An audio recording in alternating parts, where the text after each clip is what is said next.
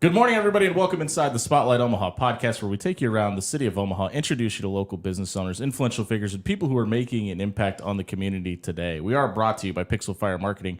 Pixel Fire Marketing is a locally owned marketing firm who specializes in website design, creating social media ads, and engaging your business online. Check out pixelfiremarketing.com if your company could benefit from any of that. Joining me today inside of the Pyramid Contractor Studio is my friend Winn Hansen. Thanks for being here. Appreciate it. Yeah, thanks for having me. We've been trying to do this for a while, so I'm glad that I was able to fit into your busy schedule today. Thank you. You have one of the best photography studios in all of the metro. Why was photography your calling in life?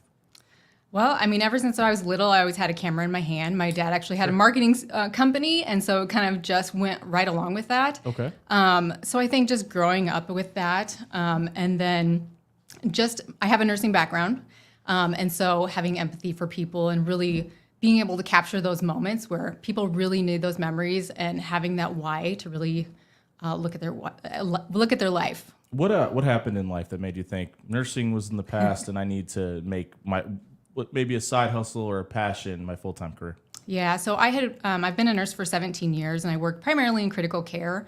And I just honestly got to the point where I was so burnt out as a nurse, where I needed a creative outlet, something to really kind of fill my cup. Sure. And so that's why I changed. Yeah. Can you tell the people that are listening what kind of photography you do and maybe some stuff that you may not do? Yeah, so I specialize in newborns, families, so anything that goes along with that. So children, seniors. I also do branding for small businesses. I really love to work with women-based businesses. And then also I'm working into the commercial area. Is there anything that you don't do? I don't do weddings. Is there a reason why? I feel like weddings are it really takes a special person to do weddings. It's Sure. really a long day. I feel like you're working with a lot of emotions and so many different people that I just found out that's something that I don't typically enjoy. I think it's a beautiful thing. It's just not my thing. So.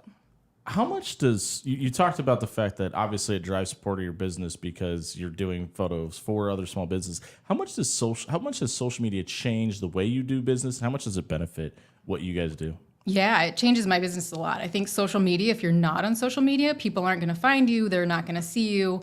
They're not going to get to know you. So social media is so important for me. I'm sharing my daily life. I'm sharing what I'm doing. People get to know you and that kind of thing. You've been doing this for 6 years, so obviously it's on the north side of the pandemic. Is there anything that you learned during COVID that maybe helped your business grow or that you still use today?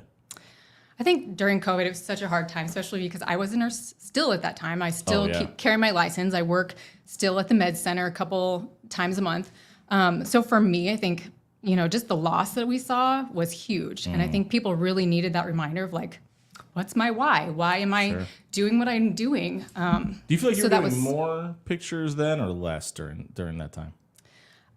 You know what? I think it was tricky. I think people that were in the healthcare sector were kind of unfazed by it and knew kind of as long as we're masking up, that kind of thing. Business still went on as usual. There was kind of a pause for the overall general public. But I think if you were in healthcare, they still wanted pictures. People still wanted to capture those memories. Were you doing a ton of work for your coworkers then at the time, basically?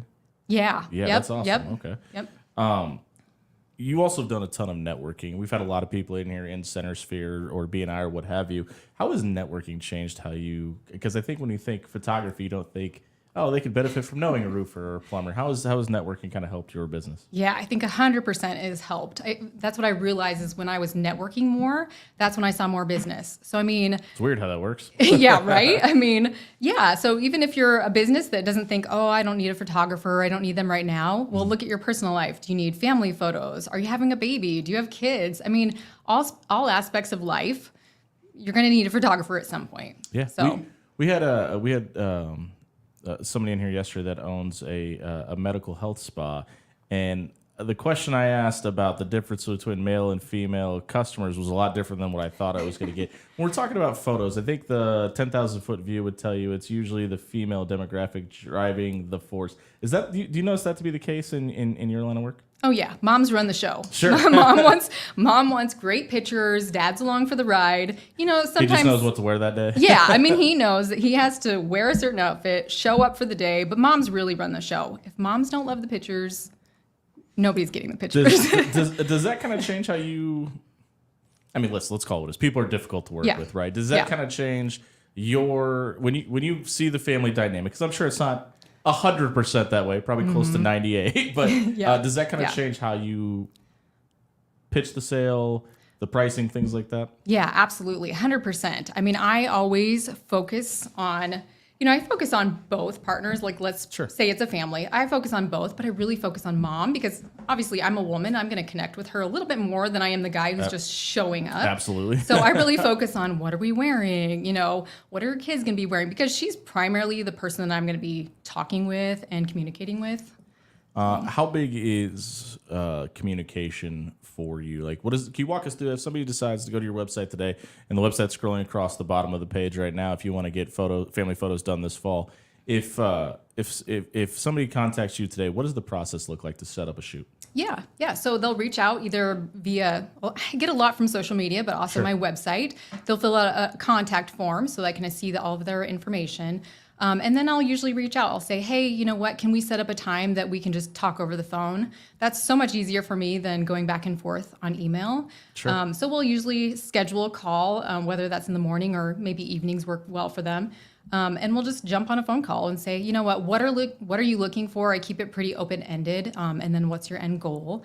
And we talk about a possible session. We talk about, what's your budget, what's your pricing, that kind of stuff. So. There is so many places in Omaha with beautiful scenery, and some places you have to have like a pass to get into. I think places like Lanahaws. What are some of your favorite places to do photo shoots at?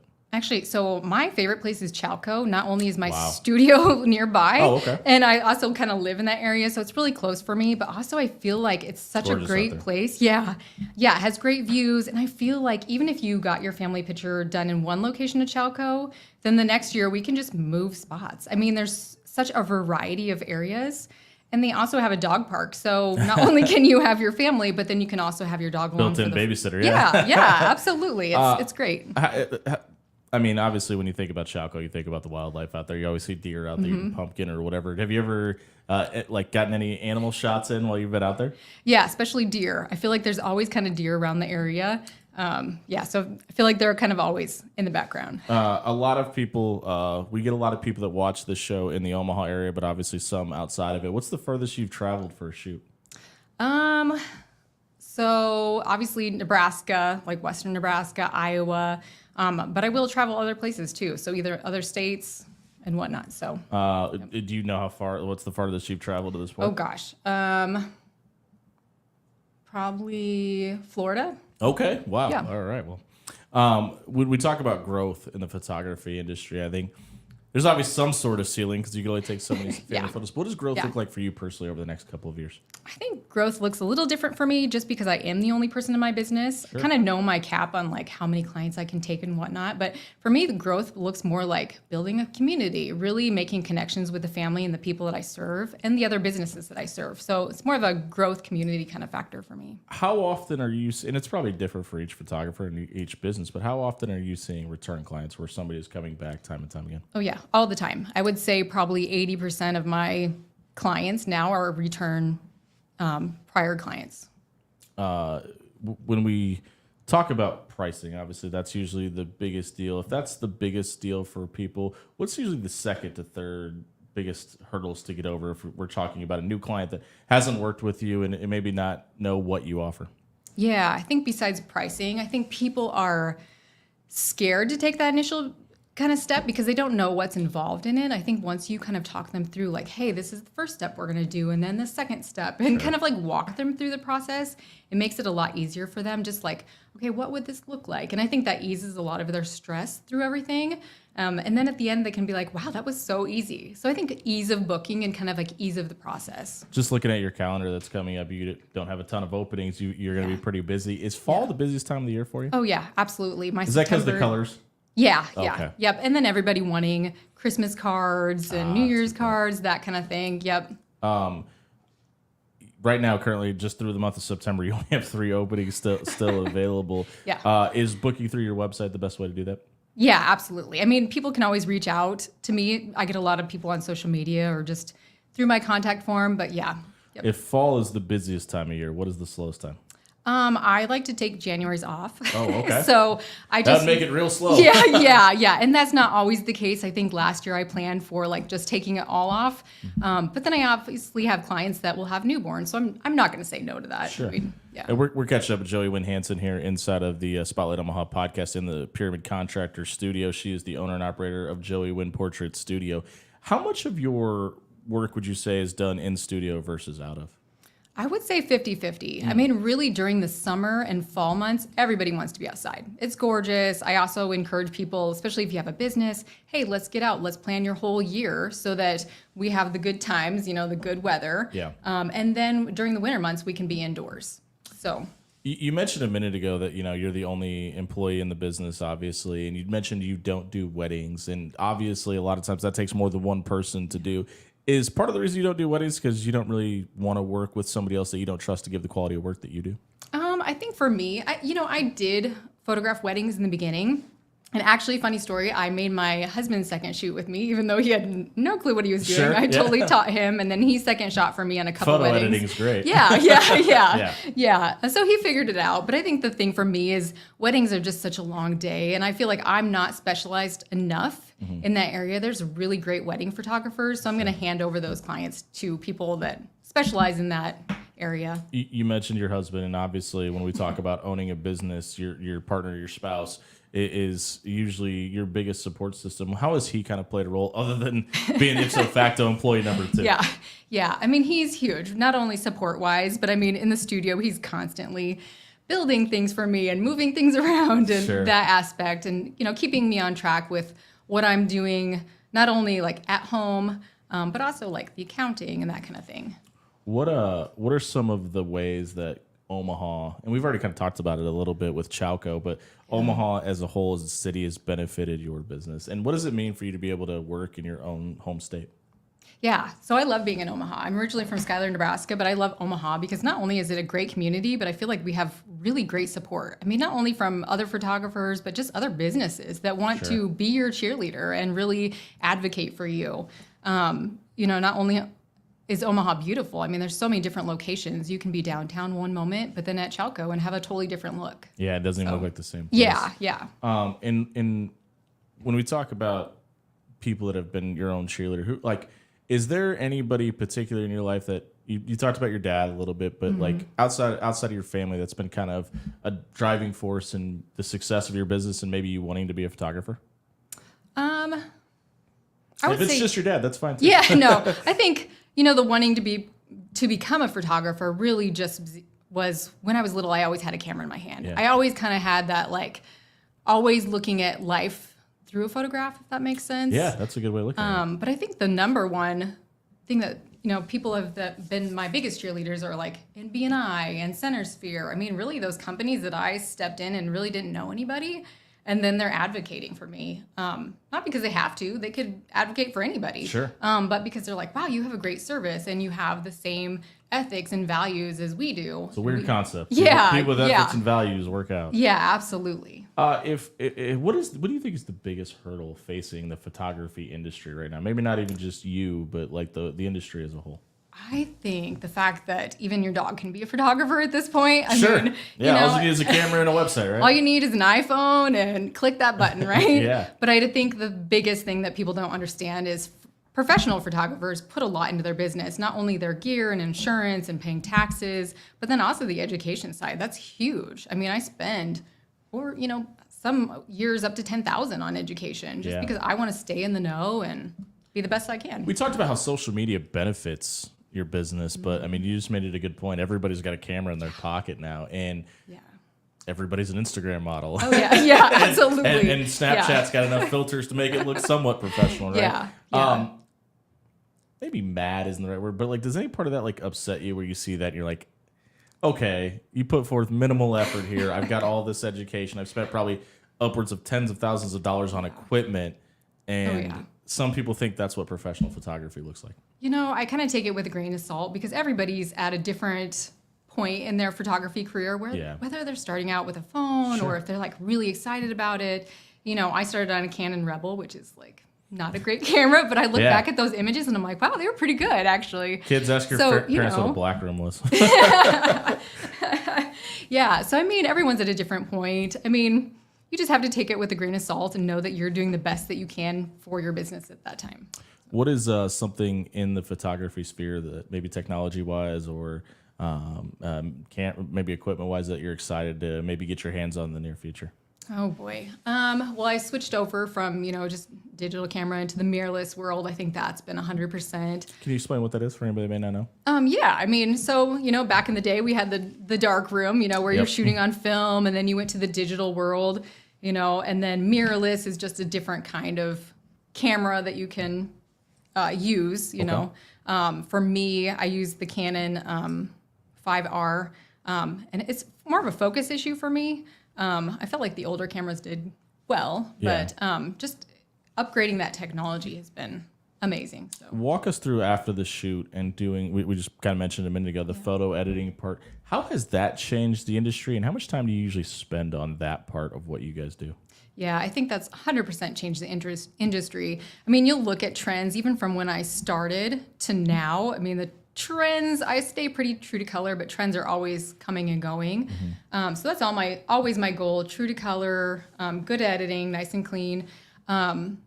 But I think, sorry. You're okay. But I think staying true to color and staying true to that has been a big thing. And then, sorry, what was the second half of your question? How much time do you spend editing photos? Yeah, you're fine. So for newborns, I spend 10 hours on a session. Really? I mean, start to finish between communication. Because there's a bunch of ugly kids? And the shoot and the newborns. Yeah. Newborns just take a long time. Sure. I mean, people think like I can do it in, a couple minutes, but really it takes a long time. If you're looking at a gallery of, say, 30 images, just a lot of like newborn blemishes, that kind of thing, you want to make it to where the newborn looks natural, but you're not overdoing it, So. Do you think that's, and maybe unique's the not right word, but do you think that's something that is specific to the way you do things, is because maybe you care more about those, or hey, listen, parents are usually pretty passionate about their newborn child? Yeah, I think so. I think when you look at editing and I'm constantly comparing myself to other photographers, and some other people might have a more natural look where they're doing like lifestyle newborn. Sure. I tend to do the more posed newborns and wraps and stuff like that. So yeah, making it look like the newborn is natural but not overdone. Yeah. Huge. That's a big deal. Absolutely. We've definitely seen that. Yeah. What is the biggest hurdle facing the photographer? Maybe it's the different filters and Snapchat and all that, but if it's something else, what is it right now? Yeah, I think it's definitely, saturated market comes to mind as number one. Sure. But I think you really have to stand out from other people, and that's why building community and really networking for me has been number one, and really taking care of your clients from start to finish. So yeah, saturation in the market. And then I think just keeping up with the trends in the market and technology is another hurdle. We asked this yesterday, and it's the first time I asked this question, but I think I'm interested to get this answer from our future guests. We'll take nursing out of it too. Okay, because you've been a part of that Perfect. also. But if you weren't doing photography and if you weren't doing nursing, what would you be doing today? I think I would do more marketing. I love like the marketing, the analytics, the social media. Sure. I love that part. Yeah. Where do you think that passion comes from? Just because you were around it for so long with your father, or is there just something else that maybe is a calling for you? I think kind of twofold. I think one, when I was younger and seeing it with my dad and like being in commercials and kind of seeing that aspect and seeing how it can grow businesses, but then also, I came from a nursing background with no business, right? So business education at all, and so really going into the marketing world and see how marketing makes or breaks your business. So. And we're catching up with Joey Winn Hansen of Joey Winn Portrait Studios here on the Spotlight Omaha podcast, brought to you by Pixel Fire Marketing inside the Pyramid Contractor Studio. We mentioned it a little bit. Your wife, your mom, you're a business owner. You still do some nursing on the side. How do you make time for everything? Oh gosh, that's a good question.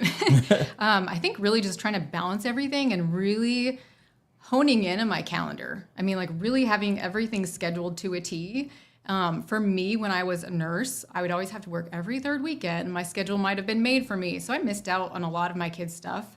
So I think now it's just making sure I'm not missing out on any football games, soccer games, those kind of things. So really just trying to balance. When I'm working, I'm working. When I'm with my family, I'm with my family. Is that difficult for you to do? Because, I mean, when your business is on your phone and you talk about your calendar and everything you do on social media, how difficult is it for you to do what you're doing right now? Turn your phone upside down and just kind of separate from the business itself. Yeah, that's really hard. I think for me, it's knowing like, okay, after 8 o'clock, I'm just not going to answer any clients. Yeah. Like, I'm sorry to put you on hold. Is that difficult for you? Oh yeah, because I want to just jump in and answer them. But at the same time, how successful are you at doing that? Because saying it's one thing, being able to execute is a whole nother. Yeah. I mean, sometimes it kind of depends on, if I'm getting my youngest ready for bed, I'm like, nope, this is my time. I really need to set boundaries, and I'll answer them the next business day. So what's the best part about being a mom? Oh, gosh, everything. Yeah. You gotta pick one. Yeah. I mean, I think just fire. like making memories and have them like see new things and traveling and You've got a little bit of space between your youngest and your second youngest. What's different about being a mom in 2024 than it was maybe 5 years ago? Yeah. So I have 4 kids. The 2 oldest ones are in college. One's a sophomore and one's 6 years old. And so I think the biggest thing for me is now I'm not that first time mom. I can really relax and not be so nitpicky about things. Yeah. I mean, I can really be like, you know what? I don't really care what people think of me anymore as a mom. Like, I can just cut loose. My wife and I were having this discussion the other day. It's like people just think that they're the smartest person in the room and give you all this advice. It's usually crap. Yeah, absolutely. Yes. Yeah. If somebody is considering getting into photography, maybe they got a camera passed down to them from a loved one, or maybe they bought their own camera for the first time and they're thinking about, hey, I want to do this for a living. What's the piece of advice you'd give to them? Just keep going. Yeah? Even if you feel like your images suck, and you know what, just keep going. Nobody's first one's ever good. Yeah, no, you're not good when you start out. So I think just keep going, like have that grit enough to be like, you know what, that wasn't great, but I'm going to keep on growing. I'm going to reach out to other photographers or people that I know in the industry, or maybe you don't know anybody. Sure. Start with free sessions. Start, photographing your family or friends. Like, you don't have to charge in the beginning. Just start. Just start where you're at. Is that something you did? Were you a proponent of doing things for free just to get the experience? Absolutely. And you'll kind of hear that controversy between photographers, like, oh, you should start right out at the bat. Well, like, my images were not good. Why would I charge? Yeah. So yes, I would absolutely. That's the only way you're going to get experience and kind of learn and grow. If we're talking about 5-10 years down the road from now, and you're as successful as you, if it's the fairy tale story and you never lose $1 again, what does growth look like, and where do you want to be 5 or 10 years down the road? Gosh, that's a really good question that I've tried to really sit down and say, where would I like to be in 5 years? Where would I like to be in 10 years? I think really for me, kind of pushing into that commercial market. So I'm working with a clothing company right now. We just started collaborating. You want to give them a free shout out? Yes, Alexa & Co. Okay. She's amazing. And then I work with a local. She's open to doing podcasts. We'd love to have her. Absolutely. She's actually a teacher that also has a clothing brand. And so kind of going into that realm of working with other commercial, businesses. I also work with Sunny and Mama. She also does clothing. Sure. Kids clothing line. So I work with her. And is that a passion for you too? Fashion? Yeah, which actually was surprising that I love it. But I just love like planning out the shoots, getting the kid models, like all that. Yeah, I found I really love that. Is that something that you would like to dip your toe into eventually, or you just find being the photographer and helping, hey, maybe you should try this on the side? No, I love that. That's what I'm trying to kind of pivot into is that commercial market. I really love it. Yeah. When you decide to make the jump from nursing to being a photographer and doing this full time, what was the scariest part for you? Oh gosh, I think financial, just knowing that I'm going to always be paid every 2 weeks, and then now not knowing, am I going to make X amount of, it's X, not Y, scary Z? at all, right? Yeah, I mean, that's hard. If somebody, not photography, but is looking to become an entrepreneur, starting a business for the first time, they show up to a networking meeting, they pull you aside, what's the first piece of advice you give them? Oh gosh. I think be open-minded about everything. I mean, don't close yourself off to opportunities. Don't burn bridges. Ever. Don't burn bridges ever. Really be open to different avenues of like how you might grow your business. So you might be really on a one-track mind, but really be open. Like, hey, do I want to explore that or different opportunities? Is there an avenue that you've had opened up for you? If you jump in a time machine, go back 6 years ago, and you didn't think that would be something you'd be available to? Yeah, I mean, I think definitely newborns. It was something I kind of started with, but I didn't know for sure if that's what I wanted to do. But that newborn avenue. What did you want to do? I had no idea. Sure. Okay. Honestly, I kind of just did a little bit of everything. Yeah. Yeah. And would you say that newborns are your favorite thing to do now? They are. I mean, I think as a person, they take a lot of patience.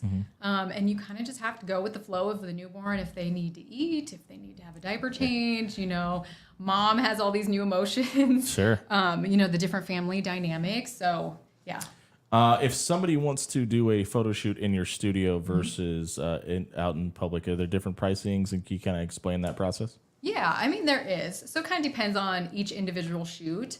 I have very set prices for newborns, families, milestones, that kind of thing. Sure. And then usually outside, I do have set prices, but then it kind of depends on what we're doing too. Probably how far you're going also. Yeah, absolutely. We're kind of hitting that point in the show where we like to shut her down for the day. Is there anything about Joey Winn Portrait Studio we haven't mentioned that people should know about? Oh, gosh. You know what? I just have the best clients, and I really love working with families and different businesses. And I think I just base my whole business on building connections and really having a good experience.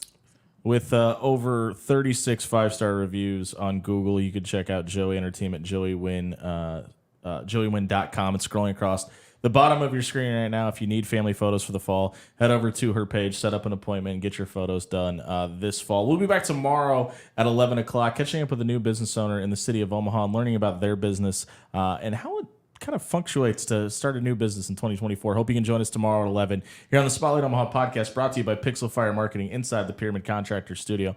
We'll see you tomorrow at 11 a.m.